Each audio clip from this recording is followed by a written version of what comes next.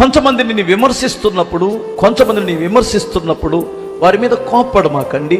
ఆ విమర్శలో ఏమైనా నిజముందేమో తెలుసుకుందాం. మనకు ప్రశంసలు ఎంత మేలు చేస్తాయో మనల్ని విమర్శించడం కూడా అంతే మేలు చేస్తాయి. ప్రశంసలేమో మనల్ని ఎంకరేజ్ చేస్తాయి.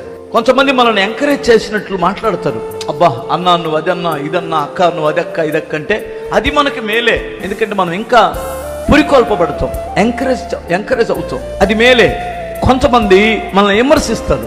విమర్శించినటువంటి వారిని మీరేమాత్రం వారి మీద పగ పెంచుకోవద్దు. ఆ విమర్శలో ఏమైనా నిజముందేమో. ఎందుకంటే ఒకరి నడత వానికి సరిగానే కనిపించును గాని తుదకది నాశనమునకు నడిపించును అని బైబిల్ చెప్తుంది.